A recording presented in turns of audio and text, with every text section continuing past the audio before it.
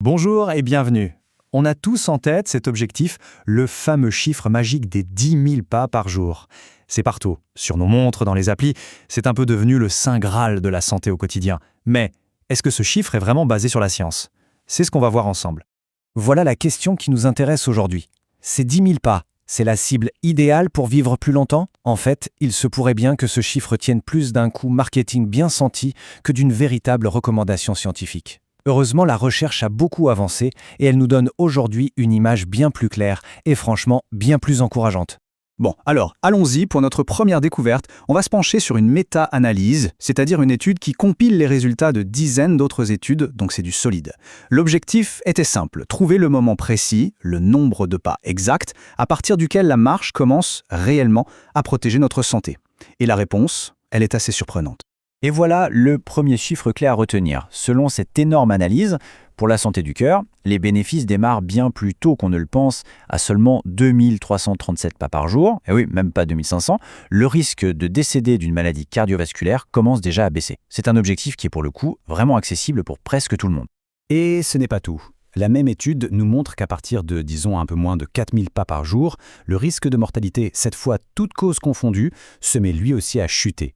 Ce qu'il faut vraiment comprendre ici, c'est que chaque pas qui nous élève au-dessus de ce seuil, qui est très bas, a un impact positif direct sur la santé. Ok, donc les bénéfices commencent tôt. Mais est-ce que ça vaut le coup d'aller plus loin? La réponse est un immense oui.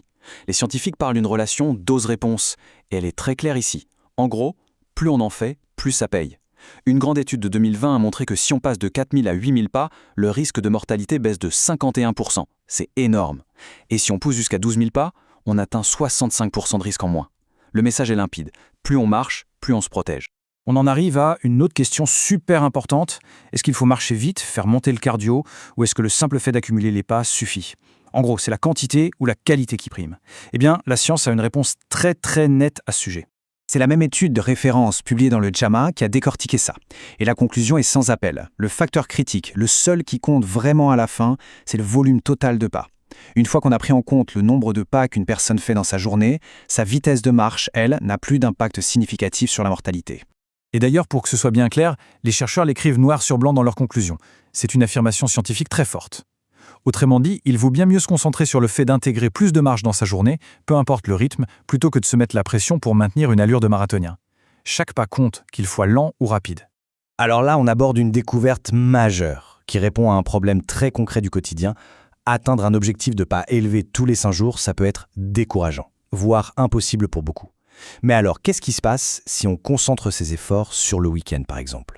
Une étude de 2023 nous a donné une réponse absolument fascinante. Les gens qui atteignaient leur objectif de 8000 pas ou plus sur seulement 1 ou 2 jours par semaine voyaient quand même leur risque de mortalité chuter de presque 15% par rapport à ceux qui n'y arrivaient jamais. C'est un gain énorme pour un effort qui est concentré sur une petite partie de la semaine.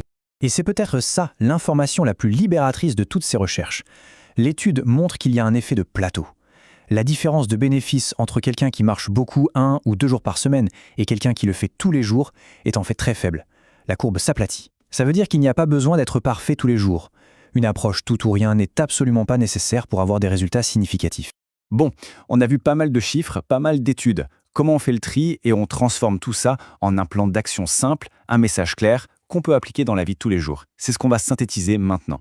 Alors voilà, en résumé, les 4 grandes leçons à retenir.